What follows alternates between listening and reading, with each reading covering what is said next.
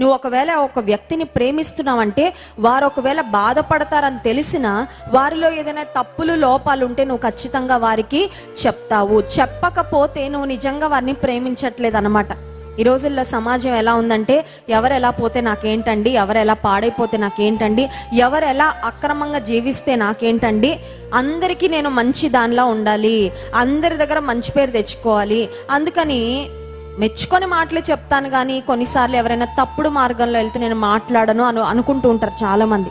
అది సరైన విధానము కాదు. కొన్నిసార్లు సువార్త ప్రకటించినందుకు కూడా మనుషులు అఫెండ్ అవుతారా అవరా అంటే ఇంతవరకు నేను అనుసరించిన తప్ప అంటే ఇప్పుడు నేను యేసుప్రభు నమ్ముకోకపోతే నరకానికి వెళ్తానని కొంతమందికి నీ మీద కోపం వస్తుంది, కొంతమందికి నీ మీద బాధ కలుగుతుంది, కొంతమందికి నువ్వు చెప్పే మాటలు నచ్చవు. అయినప్పటికీ దేవుడు మన మీద పెట్టిన బాధ్యత మనం నెరవేర్చాలి. కాబట్టి సువార్త ప్రకటన ప్రతి విశ్వాసికి దేవుడిచ్చిన బాధ్యత చేయాలి. మనం అది మన కర్తవ్యం అది.